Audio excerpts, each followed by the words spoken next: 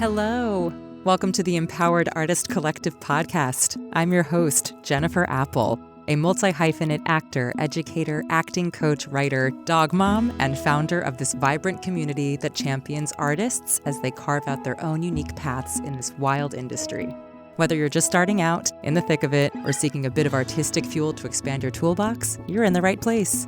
In this space, we'll have honest conversations, share actionable strategies, tips, and resources, and delve into the messy yet beautiful journey of living a sustainable, creative life.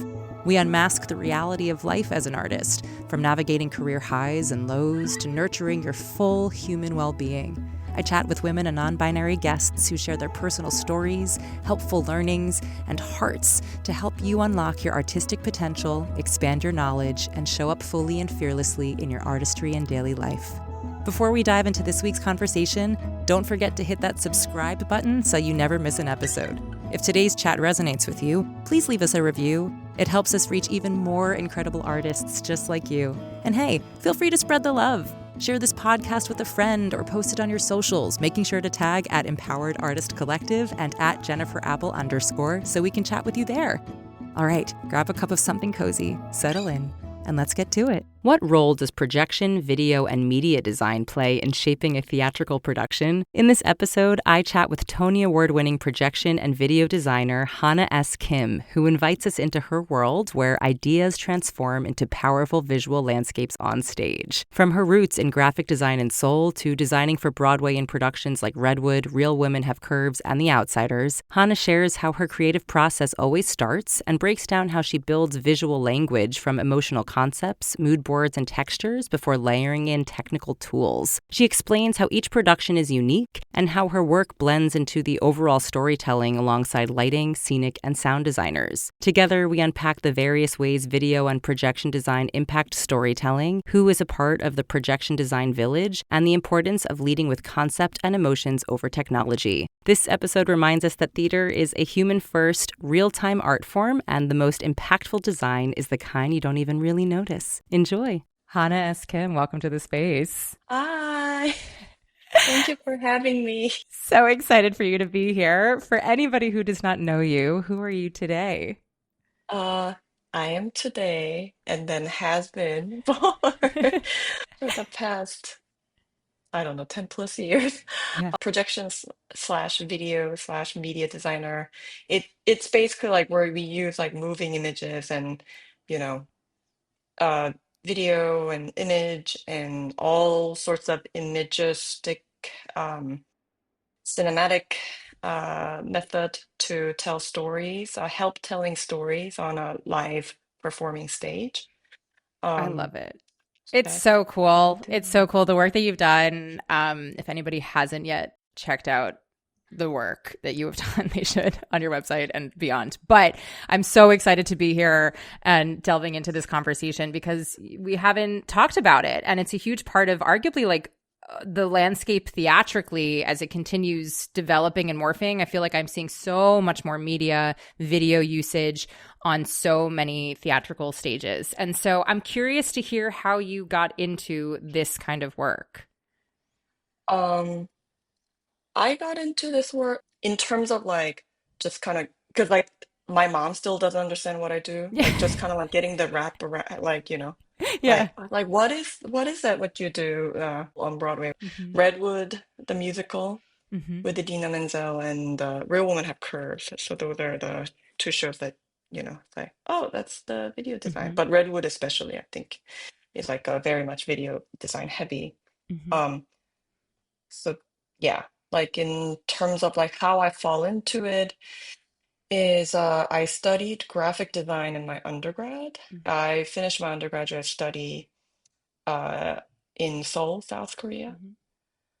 And then I came here thinking I had a very vague idea that basically like back in the day, I was doing mostly like user interface or editorial design Hmm. or, you know, or. It's more like a Hmm. broadly graphic design.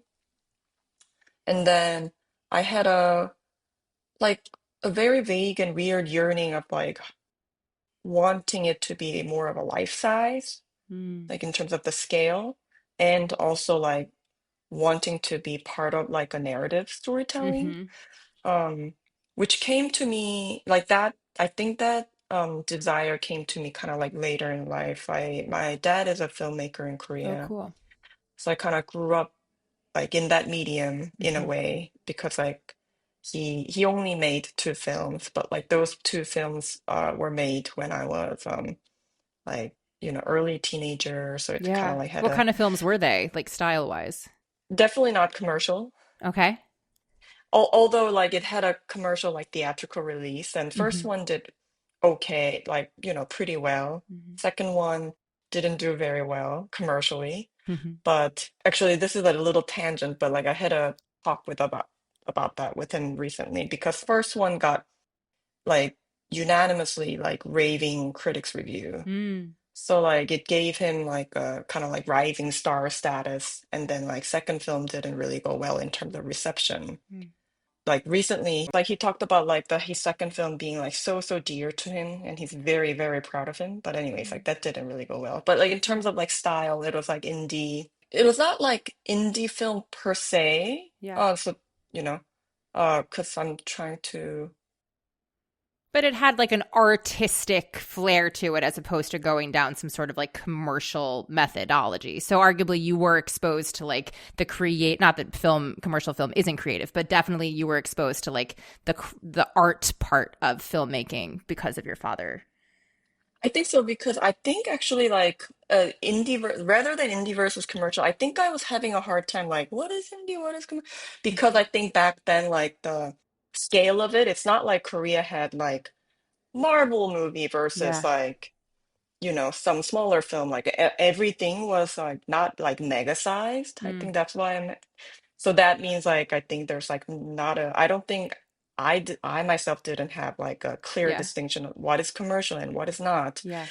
um but I would say like I guess like the more right description would be auteur style. Okay. Like he wrote and directed, and he learned from he was a long time like he started as an intern for a tour director. So Amazing. like that was the type of filmmaking that he learned and he was used to. Yeah. So you were exposed to that young and perhaps that like influenced this desire. I think I was exposed to like just like kind of like narrative Hmm. storytelling from the early age, and making it collaboratively because Mm. like I think we had to kind of somewhat grew up in on set for a Hmm. portion of my life because he would be like off doing his thing. We can't be far away too Hmm. long, so like we would all like just be there during the breaks like when he's shooting. Hmm. um but anyways, like so yeah, like I think but I had a when I was younger I was very rebellious about like that world because Hmm. it seemed like all consuming. It is like such a as a kid I felt like he's always off doing this thing, I Yeah. don't like this thing. Yeah. And now look where we are. And now, like, yeah, exactly. It's pretty ironic. So, Yeah. like, yeah, so like while I was studying graphic design, I think I had a kind of like a desire, like, oh, I want to kind of go back to that environment in a way, and I Hmm. want to contribute to the storytelling. But I think I thought hard on like what can I do to be part of it Hmm. versus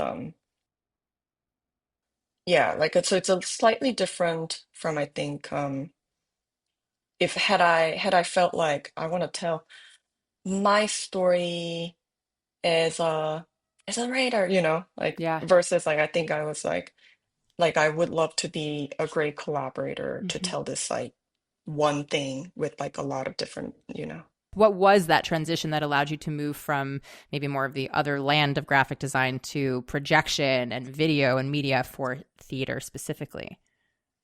Yeah, so I kind of figured like communicating visually is something that I was able to do. Hmm. Um, so I kind of like had a very vague idea of like, okay, narrative storytelling and then like some sort of like visual support. What can I do? Hmm. And my dad turned my interest to like production design. Hmm. So I thought I wanted to do production design for film, and I applied to school at UCLA. But it turned out I did apply to, because like they didn't have production design class. So I applied to scenic design. Mm. That felt like the same thing, like dealing with a space to tell the story. Yeah. So we had like both classes, like some like collaboration classes with film students and like very straightforward theater classes. And there I realized like things that I like growing up watching and admired were very theatrical films Mm. versus like naturalistic film. Yeah. Like I was a huge fan of Julie Taymor, like, Hmm. growing up like as a teenager. Yeah. I was like, this is so cool. And, Yeah. Akira Kurosawa and some of the early film stuff. And those are all very theatrical. And like a lot of like European directors also, they had like, they were doing both, which I didn't know because I wasn't really exposed to theater when I was in Korea. Hmm. So I realized like the sensibility wise, I felt like I suited better for like non-naturalistic aesthetic. Okay. Um, and then we had a class kind of like it wasn't like a major. I was majoring in scenic design, but we had a class about projection design. Mm. And that's where I first learned about it.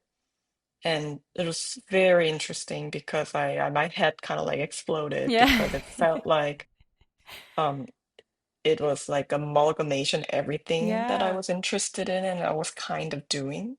Yeah. Cinema, like and graphic and motion graphic and theater.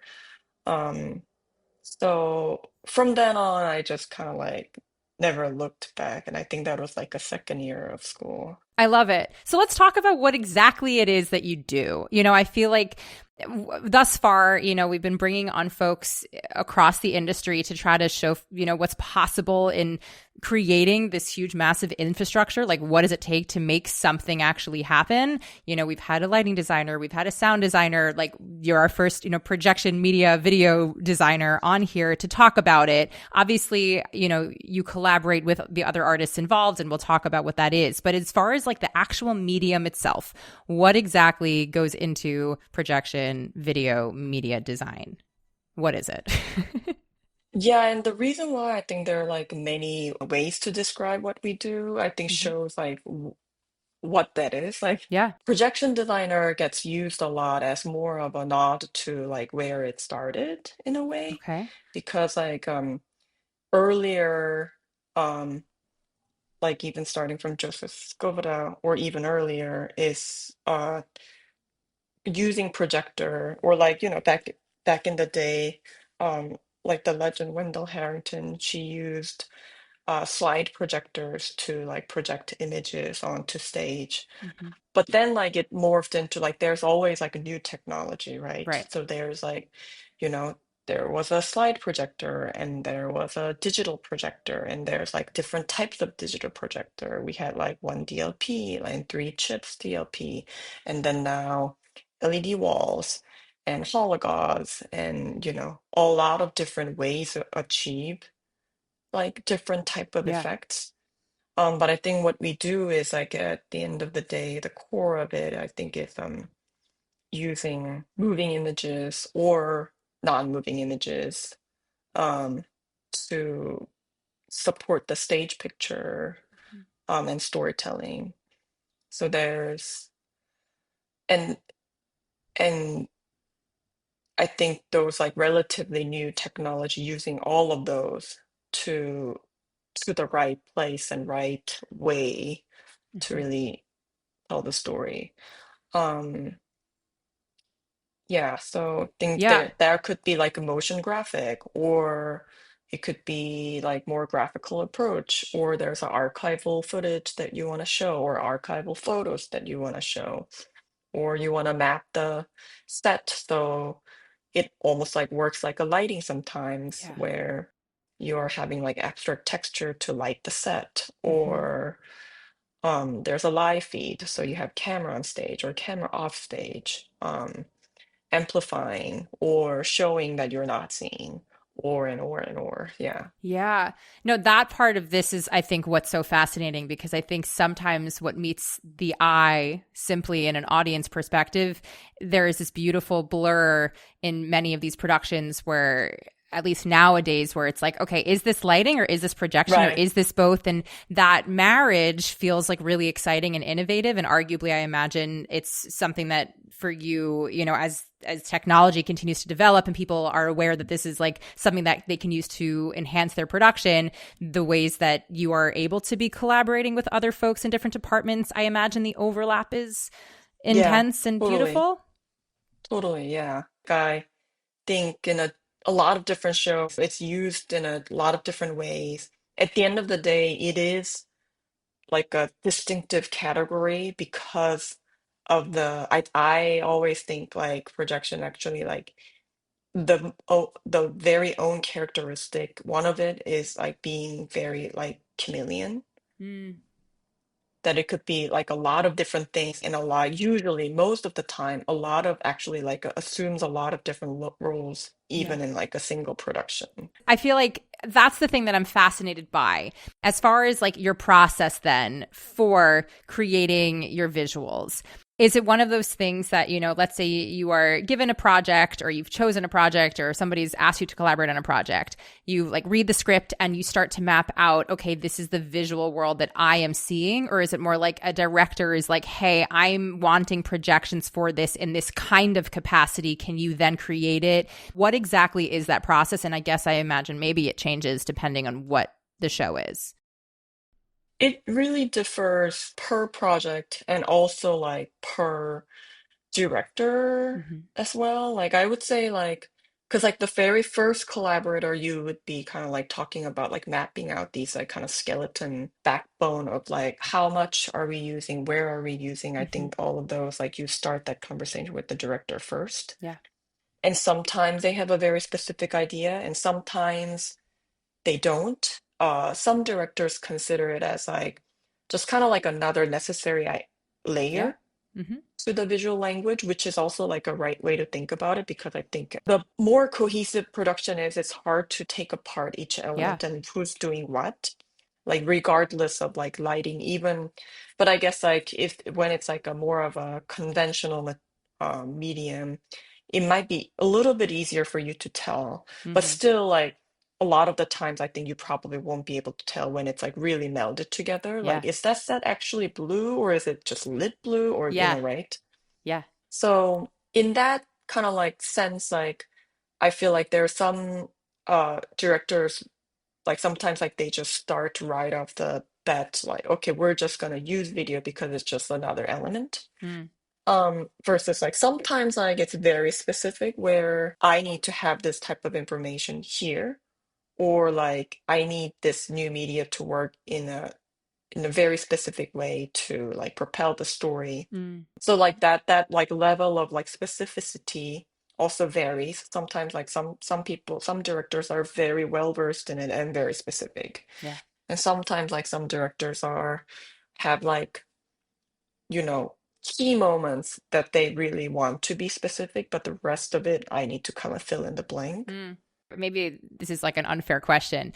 Do you have a preference, as in like when a director is so specific, is that something that you're like, okay, cool, now I know exactly what I'm doing and that's like something that I love creating to meet these expectations? Or is it more like the carte blanche of it all when they're like, we trust you, we hire you because you know best, live your best life, please do this the way that you would do it, and then there's full essentially creative freedom? Like, do you have a preference between those two?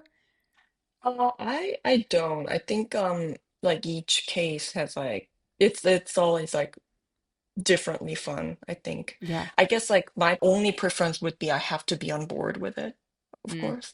Mm-hmm. Because like even when it's really specific, because there's so much layer to the technology and like how you execute it and how just how you approach is like even though the idea is very specific, there's like a lot of room because it's a visual medium, right? Yeah. So you know you can like have a specific idea, but like the way to execute, there's still like a lot of like things that needs to be like filled in. Yeah. But I just in general, I think I have to be on board with like the idea or the message and Mm-hmm. what we're trying to tell. Mm-hmm. It kind of reminds me of when I'm, teaching master classes for actors, and sometimes people are like, all right, there's so much freedom. Now, where do I even start? Versus you think about it as I give this example often is like if you have a playground, right? I could play in the swings. I could play in the sandbox. I could go on the slide. I could have total freedom, or I could be like, all right, here's the parameters. Today, we're going to stick in the sandbox. There are 1,000 ways for you to play in the sandbox. You can throw the sand, you can bury things, you can create sandcastles, you could, roll around, you can jump. The options are a myriad of possibilities, but ultimately, like, because you know the parameters or the creative box, then you're able to explore sometimes even more freely because you know exactly the sandbox, that you're playing in. So it sounds like that is in some ways what you're referring to, which is like, yes, there's freedom, but yes, there's a box, but ultimately, like, I don't know exactly what I'm talking about. Like, do I use this kind of technology or do I use this kind of technology or do I layer in this or do I use, I would imagine that in some ways that choice then becomes something that's really fun. Yeah, totally. Hi, actor friends. Talking to you. If finding the perfect monologue has you feeling stuck, I've got just the thing. I've put together a free monologue selection toolkit just for you. It's packed with resources, free and paid options, plus tips for choosing, editing, and customizing pieces to showcase you. Head over to jenniferapple.net/freebie and stop avoiding the auditions that ask for a monologue or waiting for the perfect piece to simply fall into your lap. Dive into this free toolkit that I set up just for you that'll set you up to feel agency over your process and artistry. That's jenniferapple.net/freebie and get started on finding your next go-to monologue. How do you go about your process? I guess we could use this as an example. You can use one of the shows. You can talk about like Outsiders, Redwood, whatever it is, or we can talk about it conceptually if it's always exactly the same kind of thing. Like if somebody gives you a project, you're on board with the idea or the conception. Do you start doing research? Do you open up certain kinds of modalities of, your equipment and start playing around with what you think work? Like, what is your process? It varies a lot, but I guess like there's some things that are similar in like the very early stage. So like the reading the script and kind of coming up with ideas. I tend to start from like a keyword. So I tend to start like from like the idea itself, because like I feel like some people kind of like see the visuals like right away. For me, I actually like kind of like start more of like in words. Okay. Yeah, that's why I'm asking your process, because everyone is different and I'm curious how you begin. Yeah. Maybe that's like maybe like more of a graphic design background in me, like cuz like I always like think about the message or like how to get that out versus expression, if that makes sense. So like I mean a lot of my works are like actually like tend to be pretty abstract and emotional. Not always, but like, like I think I have a tendency to go there, like in terms of like if you just lend me like without any input, if I just kind of like roam around, then I think like I feel like I just like kind of end up somewhere there. Okay. Weirdly enough, like the start is like more like these abstract words versus like abstract. So for The Outsiders, for example, when you got the script and you read it, what did you start with? If you remember. I know, that's what I'm trying to. I think the very first word I think I started from was the dreamer. And then basically like I can't really remember all the keywords because I just jotted down like with the each sections. Yeah. And then I kind of like from then on, then I think it's almost like a key to like then I start thinking about images. And for The Outsiders, I started making mood boards per song, but like knowing that our language is like more of in that time and kind of like Ponyboy being a dreamer, like, we start with like him sneaking into the theater, like movie theater. So that like texture of the film and kind of like, I think I was thinking a lot about like, kind of psychological, like more like emotional way of like looking at the film when you're like in the corner of like a dark room. So like it has a lot of like light leak and that like analog textures. And so like I kind of like start there. For Redwood, I think I was thinking a lot about the height and like the space opening up and closing in. Or the feeling of the scale of the space is kind of like was somewhere where I started. And then I kind of like, from then on, when I have like a rough like images in my head, actually this is kind of interesting. So like there's like a, elephant in the room, which is like a new technology, AI, right? Yes. Um, I was going to get to that. I was like, how is that coming for your job? But sure, let's bring it in. No, it's just interesting because currently, I mean, I guess like you can use images too, but like currently, like also like it's like a keyword based, right? I think like maybe that's like a easier to kind of like latch onto like an abstract kind of like form.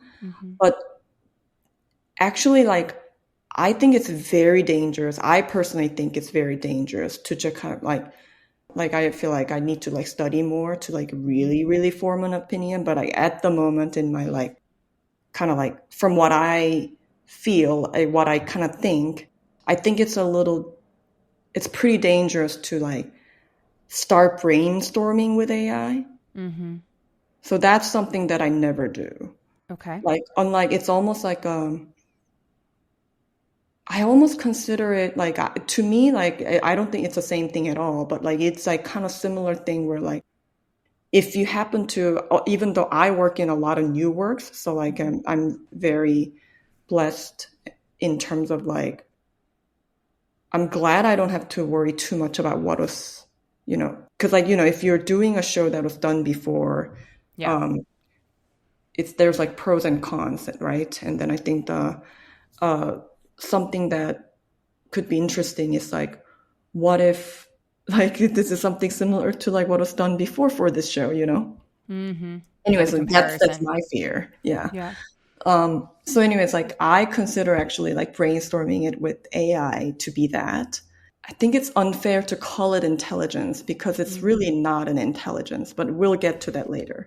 But anyways, like, so I guess like what I'm getting to is like wherever you're starting, you have to have like an image in your head. And then you have to like think about the tool to get to that versus Yeah. like, maybe that's why like I like starting from something even more open than the image, which could be like a concept, Yeah. like or like a message slash words, like or especially because English is my second language. Yeah. When I like put down words in English as a keyword, it has like a weird effect for me that it's like it actually like has like a bigger, probably like a even like a bigger, like my vocabulary is probably not as like so like when I jot it down, it's like my version of that word in a way. Yeah. Yeah. So it's like it gives me kind of like even more freedom than like what Yeah. that word actually would give you if you're Yeah. like so close to it. It's interesting to me that you end up labeling it then in English. Like that actually is fascinating to me that you are going with English, despite I it being your do. second language, as the words from which to explore, as opposed to like using your native tongue to feel through the things. Like that is very curious and fascinating to me that you access it through English and that in that it actually is more expansive for you. Yeah, and I think when I heard like sculpture or like I guess like the way I think and like probably a lot of creative things, like visualizing is like sculpturing is like really like a good visualization, right?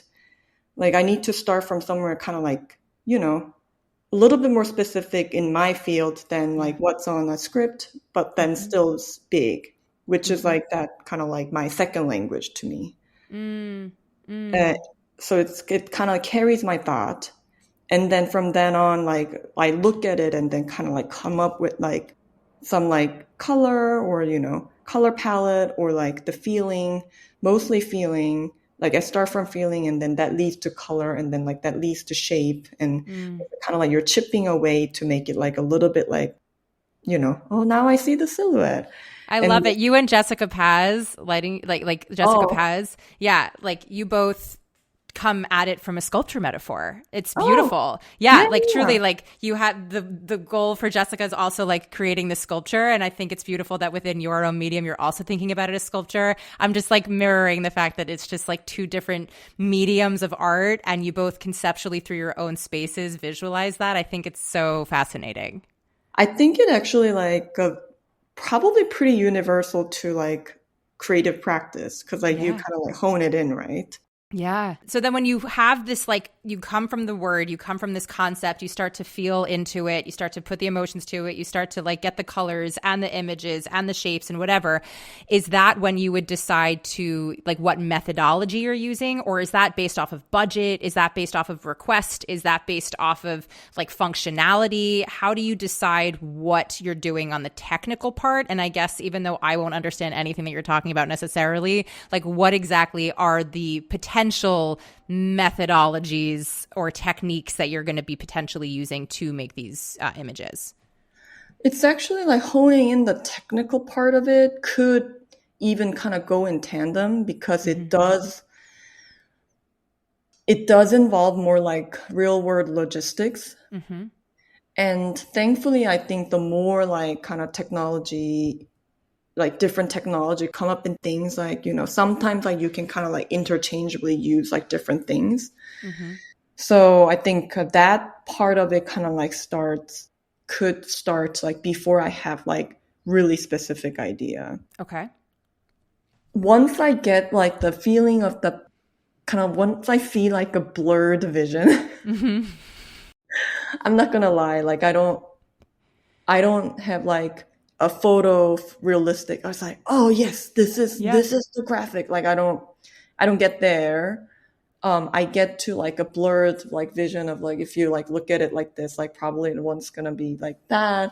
Mm-hmm. But it's more like related to the feeling. I get to the once I'm like feel like I'm like more like tuned in how it Yeah. should feel. That's where I start.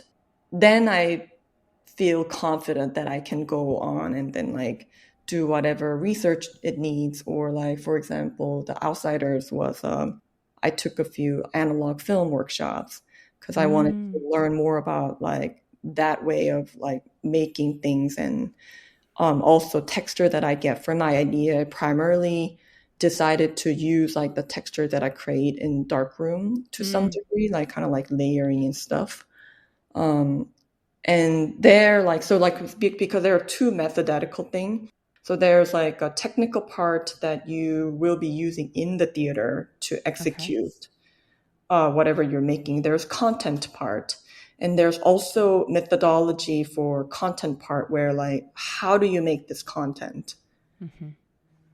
So how to make the content part cannot start until I have that like level of like blurred vision with like Mm-hmm. emotions and so Yeah. I need to get there to be able to think about like, okay, how do I achieve this? For Redwood, I had to make multiple trips to the Redwood because I wanted to kind of like feel how Mm-hmm. it feels to be in that environment. Um, and think about like, can I shoot this thing or do I have to make Mm-hmm. it? Or, I had to Mm. decide like how to do it part. So like Mm-hmm. that part actually came after I did the initial research trip. Yeah. So it's like way to go about it is like very different per project. Yeah. What exactly are some of the tools that you are actually using that you can play from if you are going down whatever path you're choosing? I mean, there's so many What do you things prefer? now. I personally use After Effects for most of my work Mm-hmm. because it's more of a compositing tool. Mm-hmm. But things that I will be compositing could be coming from anywhere from Cinema 4D or Unreal or Blender or Photoshop or. But Mm-hmm. usually I try to do actually, yeah, like I dip my hands into the final composition one way or another, and that's all happening in After Effects. Got it. And as far as the actual manifestation of like the doing of it. So you've, done your research, depending on the project, you've created the blur and the visuals potentially to go along with it. When you're actually finally in space, is the first time you're able to actually truly see your work projected, is that during tech, or is it like you're able to kind of play with that beforehand? And then because it's potentially in tech, do you have to be so specific with your usage of time to be able to adapt accordingly when potentially like this massive thing that you've created maybe doesn't work, or I don't know, how does that work? Totally. I mean, sounds like as if you've done it. I've been in a couple of shows where they've used projection, and I haven't had the luxury of talking in depth with one of, the creators in that capacity. And I've always like wondered, like, okay, this is happening behind me in real time. Like, okay, we're projecting these images, and now tomorrow these images are no longer here. And I'm like, right. Okay, cool. This person was either up all night or had like 3 decks ready to go, and they were debating which one they're using, and the director vetoed this first one, and now they're using the third one. Like, I don't know, but I know that it was totally different the following day. Yes, that happens a lot. I do storyboard, but I know that it'll change. So I think it's more like when I'm building the file, I'm trying to build it so it's like more flexible to move things around. But hopefully the essence of it won't change is the hope. Yeah. And so then you get the notes, and then in real time, are you doing those edits, or is it like, okay, you get the edits and then you do need more time for things to render and for you to potentially pull other stuff? Like, how does that work for timing? Normally the latter, like it is pretty magical, but it's not like actually magic. It does, it's like a lot of hard work, labor goes into it and all of that. So like, it depends on the type of request. Like if it's like something that's quick, it could be done like instantly, then it will be done. And if it's not, if it's like really changing like the direction or the way we're telling the story, that usually requires some time to rework. What about when you're using, actual footage of stuff? And I know this is maybe like more of like a legal question, but I am curious, if you're using archival footage or you're using, clips from a movie or, anything that has already been used, are there copyright things that you have to go through? Is that like a totally different department? How do you know what you can or cannot access? Like, what about the procuring of this very specific material? Those usually fall onto producers, kind of expertise, because they have the means, and most of the time it's like smarter to involve lawyers as well. So it usually falls onto like a kind of producing entity, whether have that be the theater themselves or producers or So is it more like you could be in your process and you realize like, oh, it would be really, really cool if I have access to this newspaper article. I don't know, I'm making some, or this picture that's like archived in the museum. And then you would basically relay that to the producers being like, hey, I'm really curious about using this. Is this possible? And then the feedback loop continues. Yeah. Wow. That's cool. Have you been using the same monologue for years? Are you gearing up to apply for BA, BFA, or MFA programs and need pieces for that process? Or maybe you just have no idea where to even start with monologue hunting? I get it, and that's why I offer monologue sourcing. This is a unique process where I find monologues chosen specifically for you. So many artists pick pieces based on external labels like type or for roles rather than finding material that represents who they truly are. So here's how it works. We'll meet virtually and you'll share all about who you are, your passions, values, beliefs, and everything in between. Don't worry, I will help guide you through this process. Then I'll get to work finding monologues that fit you like a glove. With years of experience sourcing pieces for hundreds of artists, I've seen the difference it makes to have a monologue that genuinely feels like you. So, if you want to feel empowered about the monologues you bring into rooms and use for auditions, I would love to help you find them. And because you're a listener of the Empowered Artist Collective podcast, I'm offering an exclusive rate. Head to empoweredartistcollective.com/podcast promo to register and claim the special offer. That's empoweredartistcollective.com/podcast promo. I cannot wait to help you find monologues you absolutely adore. Why for you have you stayed in theater as opposed to, and I'm not saying this is like your end goal and you could probably morph and change and you will, but like why for you is theater the medium as opposed to potentially using what you do in a more film on camera space? I love the immediacy of it, and I love the collaborative nature that is like more rather than like giving notes to Slack or something, Yeah. remotely. Like the fact that I'm in the room creating it together in real time is Yeah. so attractive to me. Yeah. Also, I think I'm feeling it stronger and stronger, like as like things are happening in the world in certain direction that I love the fact that you can't fake it. Mm. The theater is like what it is in front of you, and then you're feeling the real people with other real people, the audience in the room. I think there's like power, like the fact that like you can gather many people who have such different life Yeah. than yours to be in one room together. That seems to be becoming like more and more rarity. It's not something that I can take for granted. Yeah. Yeah. So I'm actually like feeling much more stronger about this specific media. Like I think at first, like when I was starting out, it was more of a, oh, I don't suck at this. Just keep going. Or like, like I wasn't Yeah. really like seriously taking it. Yeah. But times like this now, I'm starting to take it very seriously. Yeah, I love that because it goes back to your ethos of why you're here as opposed to just being a job. It's like, no, you believe in this art form and you believe in this Right. collaboration and you believe in the stories that you're telling. And it's obvious through the work that you're doing and the variety of the work that you're doing that has an impact for so many different kinds of audiences. Just like even thinking about the breadth of work that you've done thus far, like it's, Real Women Have Curves, to Redwood, to Outsiders, to Sumo. Like we're talking about some like really vastly different, first of all, like storylines, but demographics and also Yeah. aesthetics. And I think it shows, your adaptability and also just like ingenuity in the way in which you create and how you've been able to, work on such vastly different pieces, but also just, like how much you believe in the art form as this thing that can shape and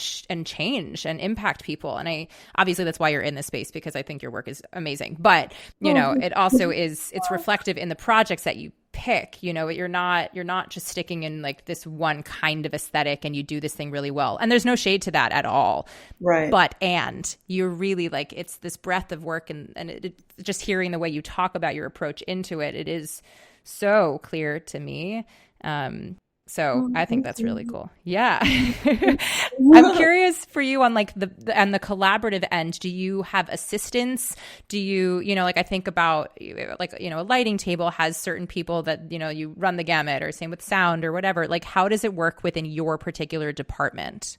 Yeah, it takes a village. The other day I was actually like kind of going through the credit to kind of like give credit to all these wonderful people I've worked with. Yeah. And I want to brag about them. So I was Please kind of like do. going through like, oh yeah, like she saved me, they saved me, he saved me. And yeah, normally I think the very skeleton, like, in a very compact situation, still like it would take minimum 4 people And who are those or people at more. the minimum? At the very minimum, you would have like a production videos or however, I mean, in my head, like they share some responsibility, all these like different names. Like it would be production video slash video engineer slash video supervisor, like what have you, like however you would like to call it. But they would be overseeing the technical side of like, how do we rig this projector? Like, let's make it happen in the room, right? Like this projector has to go up in the air somehow. It's not going to be it's not like someone shaking a magic wand Yeah. and it just like flies to its place, Yeah. Yeah. And then there's me, and I think I consider my role to be overseeing everything, but it's almost like a master of none. And then I would have my associate, and then I would have my programmer. And what are the differences between the associate's job and the programmer's job? What are they doing? Programmers are the ones who program, like literally program like the content. He or she or they would take the content and then put it in a timeline so it can be triggered for the show. So it's like what deals with the playback system. So it's kind of like bridge between like a very technical world, and this person also has to speak little bit of design language because like I communicate with this person directly to be able to like layer things in and then like how to make, we have like a raw material and then mix it and then make a sandwich. The sandwich is made there. Okay. The ingredient wise is like that's what we make in pre-production, where so like this very skeleton team is like I'm talking about like when you're in tech, but there's like also like normally this is like a almost like bare bone minimum, and then like you actually need animators in the rooms as well, and then they would be, so animators and associate and me would be making the ingredient that can be made to make a sandwich, you know. And do you have a specific team that you use on all your projects? Do you try to use different folks depending on the project itself? Like, what is your process around the hiring and the surrounding yourself with folks? I tend to love working with same, like, you know, familiar faces when possible. Although at the end of the day, I think it has to be like basically like the very primary thing to go about it is like who is the right fit for the show. Yeah. I would approach people who I think could be beneficial for the show's aesthetic and can work with my aesthetic and what have you, and take direction, like visual direction from me. Yeah. In terms of like preferring familiar faces is because, you know, it kind of like circles back to why I love theater, is like at the end of the day, it's such a human centric medium. Yeah. That like I consider like all collaborations to be like a long standing friendship and relationship, like a different type of, you know, like I'm not going to lie, it's not going to be like, it's a different type of friendship, right? Like you're a colleague. But it's deep trust. I mean, you're creating, you know, these worlds, and you need to be able to, first of all, speak the same language, but also trust that when you delegate, this person knows how to do their job, and also beyond, that they also have their own level of creativity to contribute to this collaboration. Totally. And I think they know me, they trust me, and I trust them. And I think from there, like, I think the chemistry that really benefits this particular, like, you know, the, like all we do is storytelling, I think. And I think their chemistry is very important in terms of like each collaborators. Yeah. So, yeah. When you are in this space then, and all the technical elements are starting to get layered on top of each other, obviously the director is the one who's overseeing the full visual, like the, you know, and say of it all. Yeah. But ultimately, like you have your building, and with your, you know, let's say it's a skeleton team or larger, who else are you collaborating with? I imagine the other departments, but is there a time that it's just like a lot more of like, okay, we actually need to work these because you're, you know, putting this spot over here and we actually need this projection box to sit here, and now how do we, like, is that the thing that's happening, or like how are you navigating the other departments collaboratively with yours? That does happen. That has to happen in the pre-production, where like we exchange plans and make sure that like our instruments don't crash to each other, or like I'm not blocking like a really important spotlight or what have you. So yeah, that happens during the pre-pro. And I think I work very closely with scenic and lighting designers in that regard. Yeah. And sound in terms of like plot, but I find it normally like I really have to work in tandem with lighting designers. Yeah, that would make a lot of sense to me. Yeah. I'm curious how your life, and if it has, the how and if your life had changed post winning a Tony Award, and also being nominated, and winning Drama Desks, but nominated for, and like all, how has the awards of it all affected your life or your career? Also, congratulations. Thank you. I think it does like change things in a like bigger way than I thought.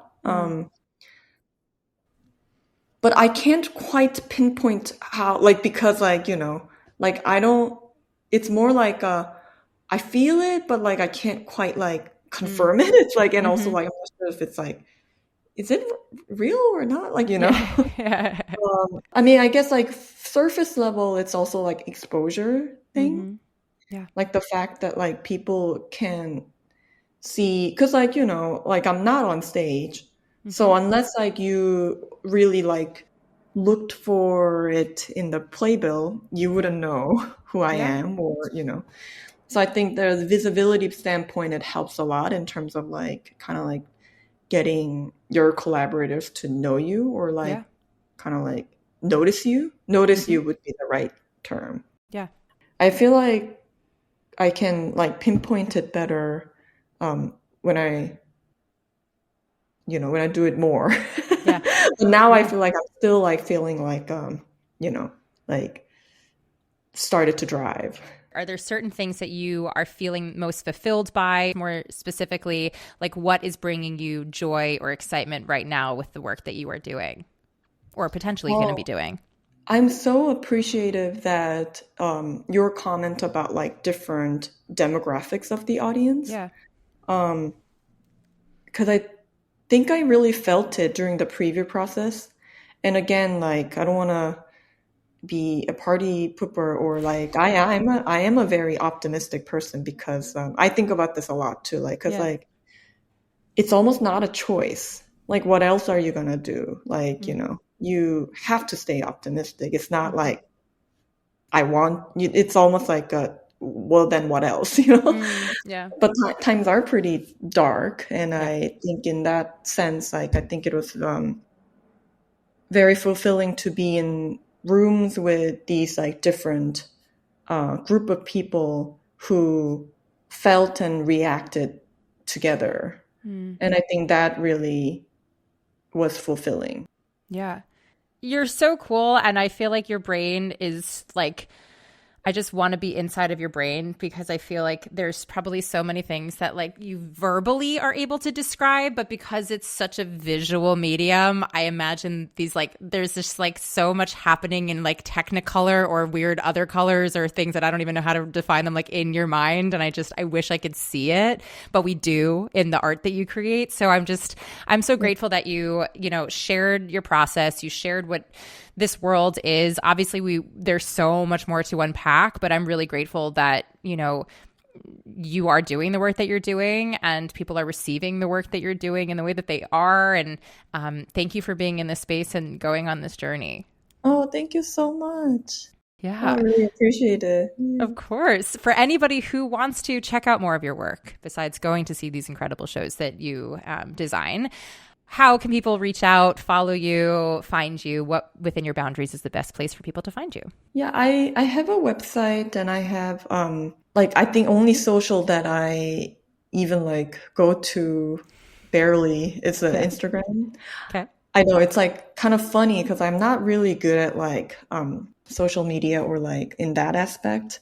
But you guys can reach anyone have any question, you can reach me through there. Or like there's my email on my website and Instagram, and I try to update at least once in a year or 2 years.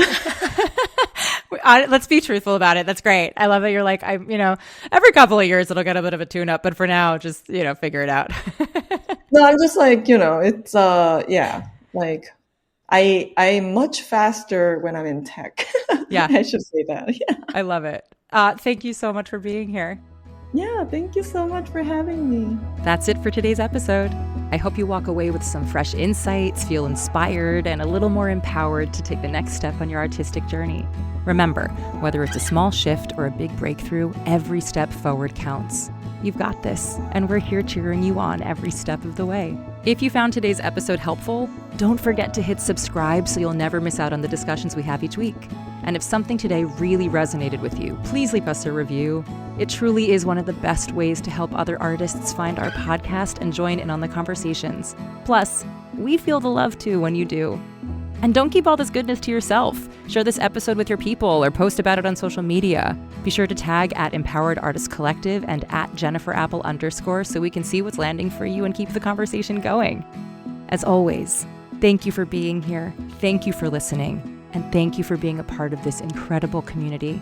Keep creating, keep thriving, stay empowered. I'm Jennifer Apple. Until next time.